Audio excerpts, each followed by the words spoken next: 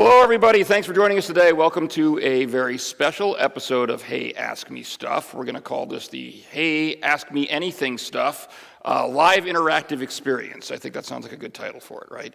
What we're doing today is we are not live broadcasting. This is pre-recorded, and we're going to upload it after the fact. But we do have a live studio audience today made up of the 7th graders. Those of you who have watched Hey, Ask Me Stuff throughout the school year have heard a lot about these legendary students, because a good number of the questions we explored on the show during the past year were submitted by them, and they were asking me for the opportunity throughout the school year to actually have an Ask Me Anything type of session where they could just literally ask me any Christianity, Bible, theological, Christian education type question that they wanted, and we just have a live question-answer session. So that's what we're going to do today. The way this is going to work, and I've already explained it to them here, is that we do have a microphone set up in the center aisle. Once we're ready to start asking questions, that they will go ahead and come up to the microphone. They'll ask their question, I'll answer their question, and then if they have another question, they can get to the back of the line. Just to make sure everybody has the opportunity to ask whatever questions they like. We got about 30 minutes to get in as many questions and answers as we can, so we're going to try to keep this short and sweet as much as possible. Everybody has very high expectations. If they've been watching the show, they've been hearing about your guys' brilliant questions all year long. So are you ready to live up to those expectations? Yes.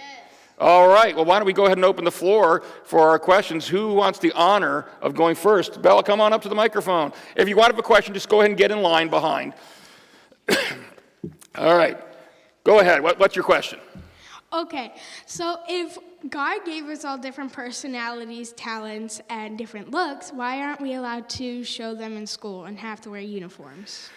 Oh, why aren't we allowed to show them in school and have school uniforms? Well, that's a good question, and honestly, the true answer to that question is above my pay grade, because I don't make that decision about school uniforms. But I will tell you a little bit about, some of the rationale that goes behind that, generally speaking. First of all, understand there's nothing biblically required about wearing school uniforms, and so it's not like you're sinning if you go to a school that doesn't require you to wear school uniforms by any stretch of the imagination. But there are also certain expectations and certain lessons you can learn by going to a school that does have those attire expectations. I'll give you an example. You know that one of my it's still somewhat current career, but previous career, I was an attorney. What do you think would happen if I showed up to court in a tank top and jeans for a jury trial? I would get a judge very, very angry at me, wouldn't I? Because there are certain circumstances that if we're going to represent ourselves well, and keep in mind, we're not representing ourselves, we're representing God and representing Jesus as well, we have to be attuned to those scenarios. And so there's some training that goes into learning how to conduct yourself in certain circumstances. And because in an educational environment, we're supposed to try to stay focused as much as possible on education, we're supposed to learn to be respectful, just like I have to be respectful to that judge and the jury that I'm in there. That's one reason why some schools, like Trinity, would require students to be wearing school uniforms while they're here. But you'll also notice, and anybody that's watching this will notice right now, in case you are, that's not her school uniform, all right? You have days like today, right, where you had a casual day. So you're not wearing your school uniform to allow you to do just that, to kind of show expression of who you are, but also learning those important lessons that we're trying to teach you. All right, thank you. Who's next?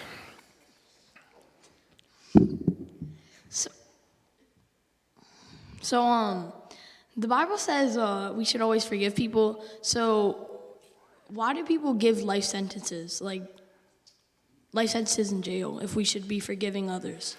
Oh, why do people get life sentences? Why do people get sentenced to jail at all if we're supposed to be forgiving? Well, that kind of gets back to, Jude, if you remember, way back towards the beginning of the school year, we talked about the difference between forgiveness and reconciliation. And I'm going to throw in a third concept here, and that's the concept of justice as well. Forgiveness, remember, is ultimately a state of your heart and what's going on inside your heart. All right?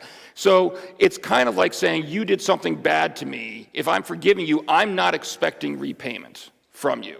Now, does that always mean that that relationship is one that can be reconciled? No, not necessarily. 95 or more % of the time, does God want us to try to reconcile relationships? Sure he does. But there are certainly circumstances, abusive relationships, things like that, where we should not be reconciling. We can still forgive. Remember, that's inside our heart. Nobody can control whether or not you forgive. You never have to say, well, that person hasn't asked me for forgiveness. So what? It doesn't matter. That person doesn't deserve forgiveness. So what? It doesn't matter. Neither did we. God still forgave us. All right? But inside your heart, you can say, look, I'm not going to demand repayment from them. All right? That, however, is a separate question from whether justice needs to be satisfied. For example, I can forgive, let's say that you've stolen my wallet, Jude, all right? I can forgive you for stealing my wallet.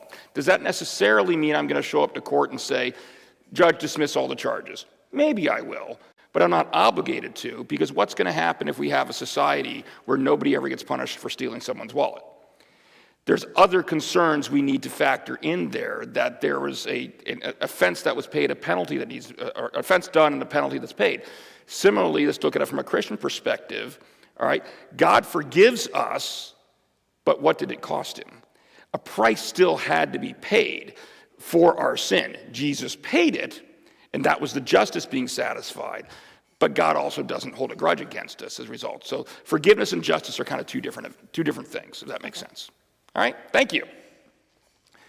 Next up. Will we still have our body in heaven, like our actual body on earth? That is a really good question. Will we still have our actual body on earth? Would you be satisfied with an answer if I said yes and no? That's not clearing it up a whole heck of a lot, is it? We will still have bodies in heaven. We will still be recognizable in our bodies in heaven. But will they still be the exact same bodies? No. All right, they will be glorified bodies. They'll be perfected bodies, or what the Bible says on a number of occasions, they will be uncorrupt or incorruptible bodies. If you think about it right now, with our current bodies, from the moment we're born until the moment we die, we're always changing, right? And if you get to the point where you ever heard like your cells are constantly dying off and you get new cells and all that. And frankly, as we get older, those of us that are older, not pointing to Mr. Merritt, he's not as old as me back there, but we know this, that your body starts deteriorating, and you can feel it. You can't do the things when you're older that you used to do when you were younger. That's because our bodies are corruptible. They get corrupted over time. They die off. They get worse and worse, and we get arthritis and all those types of things. The body you're going to have in heaven won't be subject to that. So it's going to be like having that perfect, pristine, I can do anything I want to do body, and it never changes. You always have that. So it's not going to be exactly the same body in that regard, but it will be still you, and you will still be recognizable as you in that body, if that makes sense. All right, thank you. Next up. So, the Bible says something about, any, LGBTQ stuff, don't act on it, and then it's not a sin. So, Target has, a Pride Month thing, the new section. So, anybody, associated with Target or anybody that works there, are they, morally incorrect? Okay. Are they morally correct, incorrect, things like that? Well, you kind of hit on it a little bit in the beginning of your question there, where you mentioned acting on it. And I want to make sure we're clear about that, because I think a lot of Christians, when they deal with these LGBTQ community questions, that it's almost like we elevate. First of all, point blank, do I think that acting on that type of behavior is something the Bible calls sin? Yes, I think the Bible's pretty clear about that. Do I think that we often elevate that sin culturally to the point where we try to make it seem like it's the worst thing on the face of the earth compared to everything else? I think Christians do that too. And so I think that there's it makes us subject to being criticized for being hypocrites, because why are we saying this sin is the worst thing in the world and paying all our attention to this sin when we've got these other ones that we're not paying as much attention to? And the other thing is to realize that the person is still valuable. All people are still valuable, regardless of what sin they're committing. Because if we want to say that committing a sin makes you not valuable as a person, guess what? That's going to disqualify all of us. Now, the question about employees at Target. Target is actually, for those of you that aren't familiar with what's going on in current events right now, Target is putting up some Pride Month displays in a lot of their stores, and they've gotten some backlash for that. Primarily, some of the products they were selling, some people objected to the specific products. products both catering to young children, and actually one designer that is an open Satanist is one of the designers that they're purchasing things from. The products they're buying aren't saying Hail Satan or anything like that, but some of the stuff this designer also designs are along those lines as well. Is someone immoral for working at Target? I can't say that. I mean, look, you've got a lot of moral duties, don't you? I mean, if you got to feed your family and you work at Target, am I telling you that you should quit your job? That's between you and God, and I'm not going to tell anybody they need to necessarily do that. Do I think that there's anything wrong with Target as a corporation selling those products? I mean, I'm not going to buy them, but again, what do we get back to? We said that it's the behavior that's sinful, right? And it's engaging in that behavior.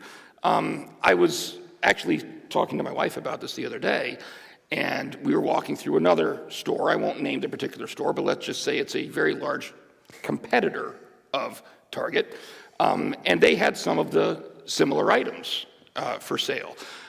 They just didn't have it out there in an open, consolidated, in-your-face as soon as you walk in the door kind of display.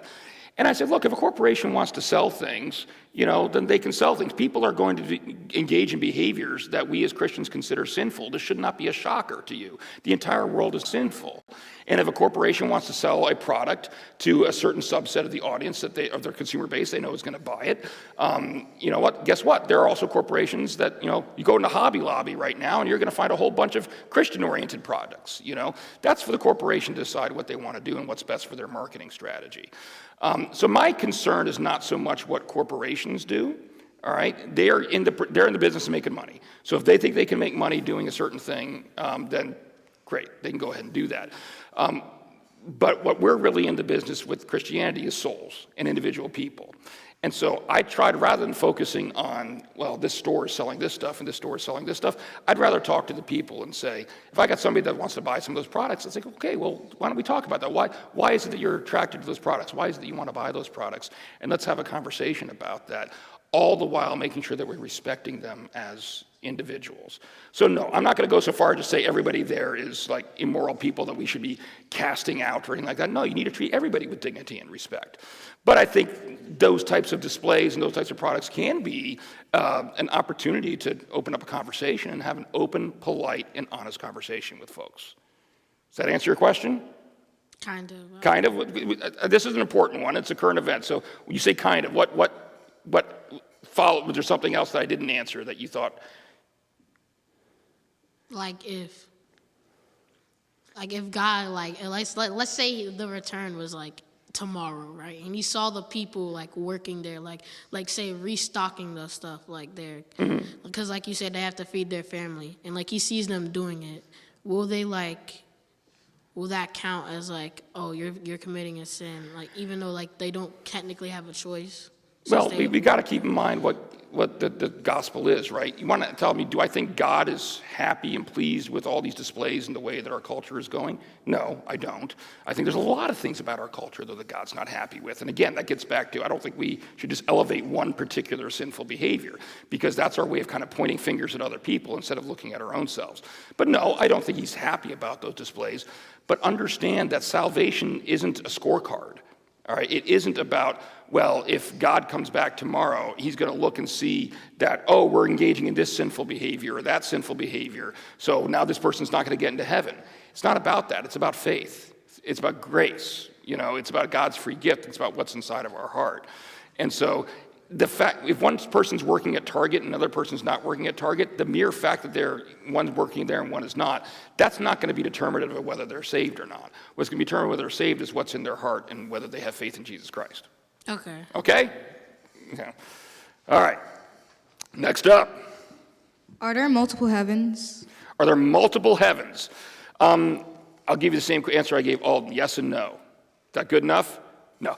No, that's not. All right.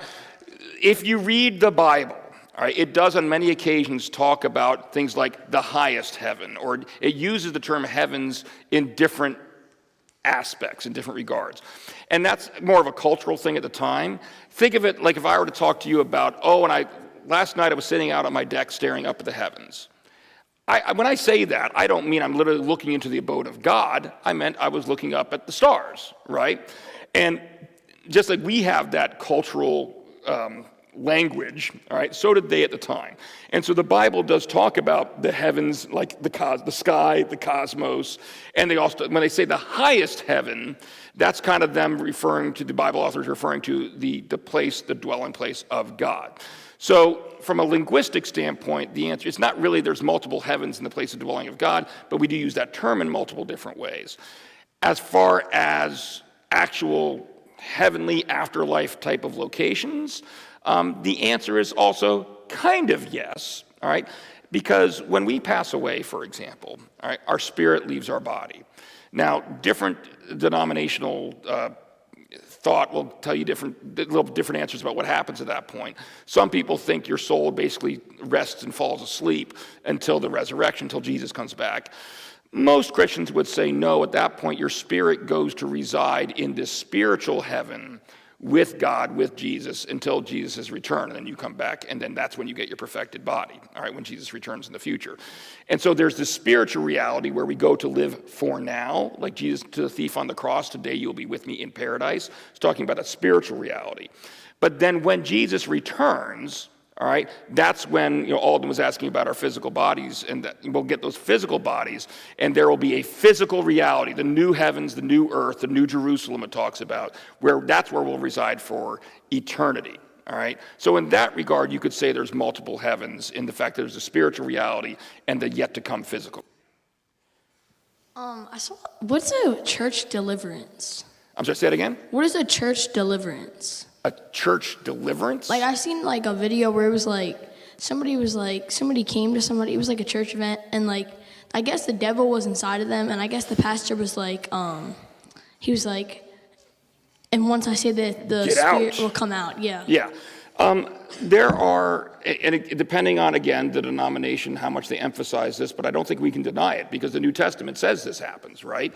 Is that there are demonic entities, all right? And we have a very bad impression of what demons are. I think we tend to think of, the devil with the horned tail and the pitchfork and all of that. Demons are fallen angels, all right? They are angels who have rebelled and followed Satan in rebellion against God. But the Bible is very clear, those spiritual entities do in fact exist.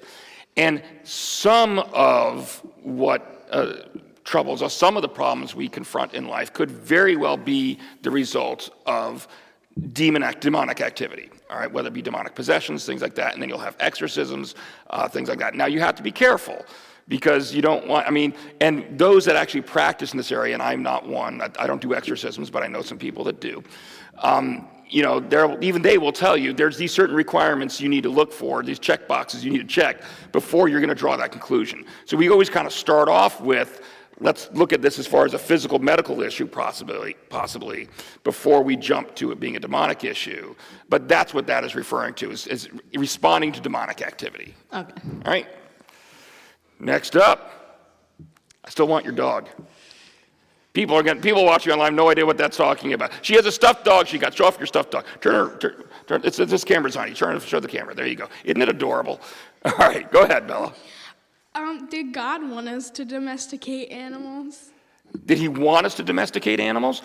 I don't want to go further than the Bible justifies me in saying. God did give humans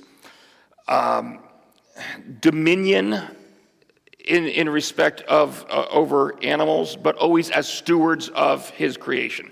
It's just like anything, all right? So God created the universe, all right? And then he basically left us in charge of running the earth, all right? So it's still his property. It's kind of like if you owned a piece of land and then you gave it to someone to say, okay, I want you to make some money from this land. And you can sell crops, you can do whatever. And you left a steward, that's what a steward is. They work that land on your behalf, all right? And so God did that with his creation. He created the earth, and he left humanity as stewards over the earth. And part of that is explicitly stewards over the animals, all right? So animals are ours to use within the boundaries that God set. I often say animals are ours to use, but not to abuse, all right? So Does God want us to domesticate animals? You want to get very specific about that? I don't know if I would say he wanted to or didn't want to. Does he allow it? I would say as long as it doesn't cross the line to being abusive towards those animals, then yes, it would be allowed. You look confused. Yeah, like, would God consider animal abuse a sin? Animal abuse a sin? Absolutely. Just like somebody that if I left you in charge of you're a financial advisor, all right, and I put you in charge of my bank account and you're supposed to make money off of my bank account for me, and instead you start withdrawing money and using it for your own purposes. All right, you've stepped outside the boundaries of what I authorized you to use my money for. I authorized you to use it to invest it and make me more money, not to go out and buy Wagyu burgers from Arby's for yourself, okay? And so if you step outside the boundaries of your permission, then that's sinful. And abusing animals, like torturing animals for fun, dog fighting, things like that, is definitely outside the boundaries of what God set for us as far as how he wanted us to use them. So that would be sinful. All right. If you like a piece of clothing or certain jewelry, but it has like things against God on it, but you just like the look of it, is that a sin to wear it? If it has things against God on it, yeah, I would say it is. And I don't want people to feel horribly bad about it. Look, we are all attracted to things we shouldn't be. And this could go back to that LGBTQ question. I mean, the reason I always say, like with the LGBTQ issue, and I know this isn't what your question was about, that it's about the action, not the attraction. Because we're all attracted to things we shouldn't be, right? The question is then, do you take that step and act on that attraction? So, oh my gosh, what's his name? Lil Nas X. All right, a little while ago. Is this what you're asking about? No, the shoes. Yeah. The demon devil shoes or whatever. I can't remember what. There was something he had his own blood in there and other stuff like that. He puts out these products that are pretty openly anti-Christ in many respects. Should Christians be purchasing those products? I say no. That's one of those temptations we need to try to resist. Now, does that mean that if Lil Nas X puts out something else that's innocuous, that you shouldn't buy anything he puts out? No, I'm not saying that either. All right, it's a case-by-case basis. But the guiding principle for all we do should be, are we honoring God or not by doing that? All right? Okay. Thanks. So does the devil go to heaven like at all? Does he like talk to God at all? I'm sorry, does he go to heaven and talk to God, you say? Yeah, does the devil talk to God? That is a good question.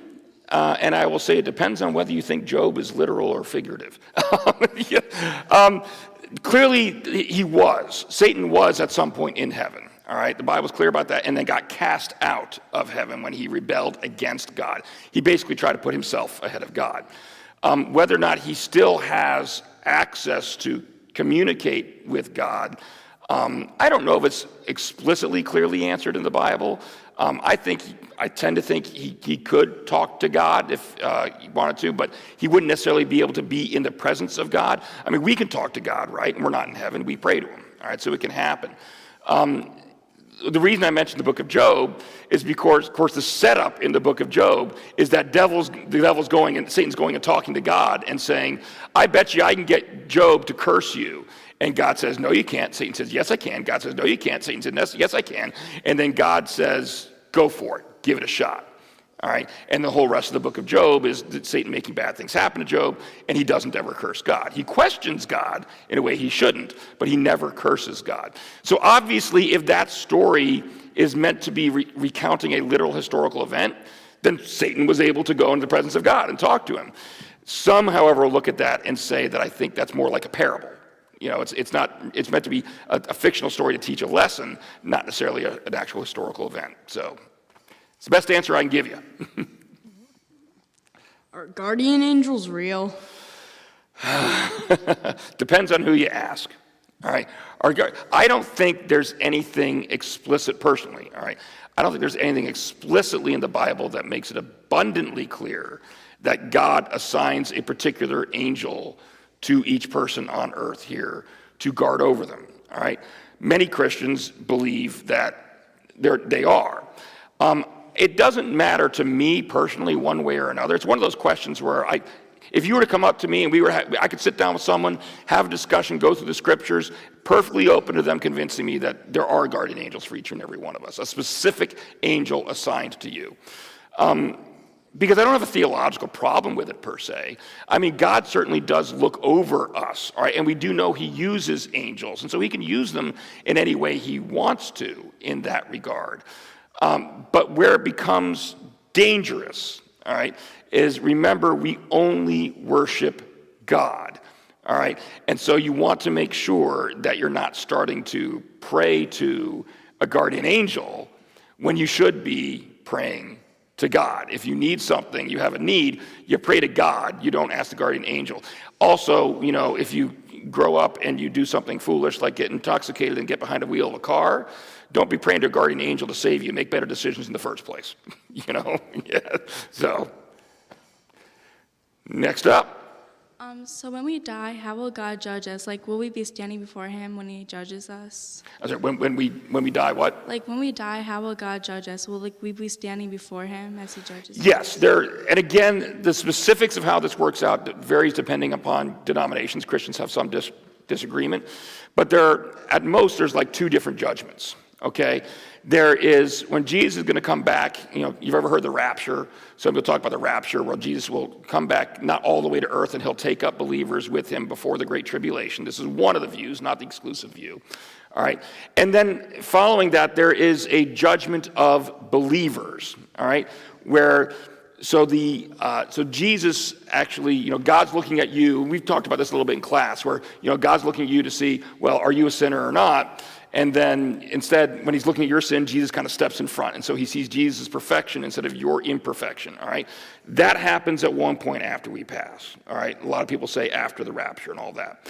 Then at the end of time, all right, there's a second judgment where it's kind of the judgment of non-believers, all right? And that is now a judgment that works kind of the same way, except without Jesus stepping in between. And so people are then judged upon their own merits, all right? So a lot of Christian denominations think there's actually two separate judgments, one of believers, one of non-believers at different times in future history. Not everybody agrees with that, though. Some will say it's all just one.